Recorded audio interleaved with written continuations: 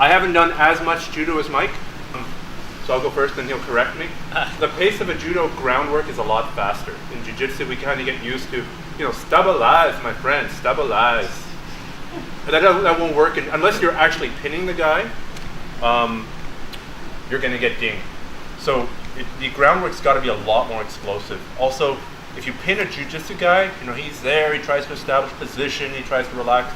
A judo guy's he's going to bridge like crazy, try and roll you over. He's freaking out because for them, if Mike pins me in a judo tournament, the clock starts ticking. I got 25 seconds or I lose the match. I'm done. So if you want to, you got to get into positions faster. You'll run into a lot of guys, they'll get the closed guard and they'll just hold. They know if they hold for 5 seconds, 6 seconds, the rest's going to stand you up. So I guess you got to make the adjustments with the speed. You got to be aware that guys will try and get the half guard or the closed guard and just hold you, and they have no intention of attacking from there. That's a bit of a mental adjustment you need to do.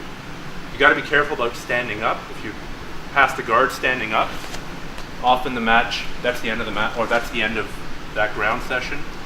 Another thing that is a bit foreign to jiu-jitsu people coming in is that if he's pushing on my face, it's another day in the office for jiu-jitsu guys.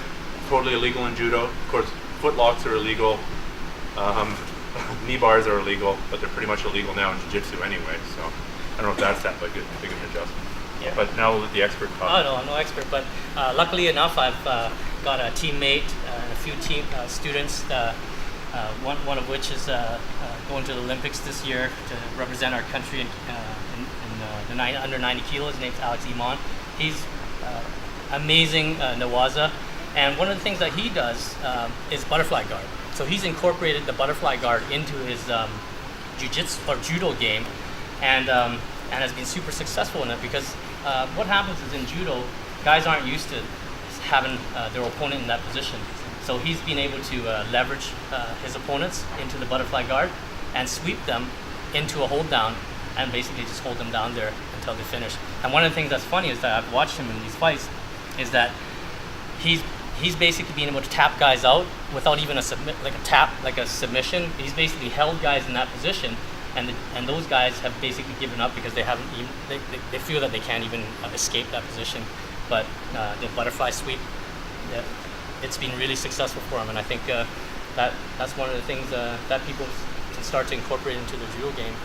One of the things that we try to do in our club to leverage the judo is that transition thing. So most times in judo, guys, they're practicing like 80% of their stuff in what's called tachiwaza, which is the stand-up work, and they probably practice Nawaza, which is the groundwork, 20% of the time, 30% of the time, or whatever.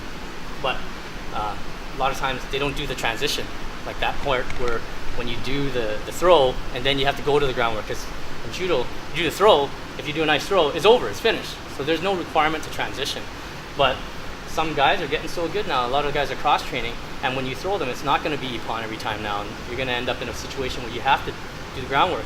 Now, judo rules being the way they are, typically refs stand you up anyway, so you kind of don't have to do so much groundwork. But if you can capitalize on that, throw the guy, transition properly, control position, and work towards a submission, then you're going to already have an edge on most guys, and that's what we're seeing in some of these guys that are now. Can you show me an example of the transition? Yeah, so as an example, one thing is after you do the throw, your Sanagi, right away, already be ready to transition into your arm bar or just to get back into a side control position, okay, so that you maintain this position. Not letting this guy just go right into the turtle position. If you go into the turtle position, then what's going to happen?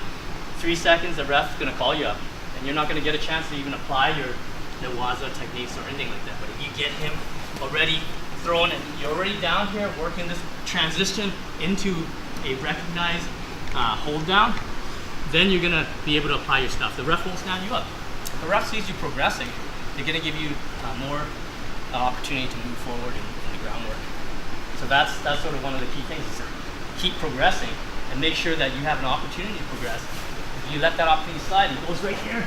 Those judo guys are so good at just controlling and keeping tight that they're gonna be able to stall that 3-4 seconds. Whoa, stand up, do your stand up again.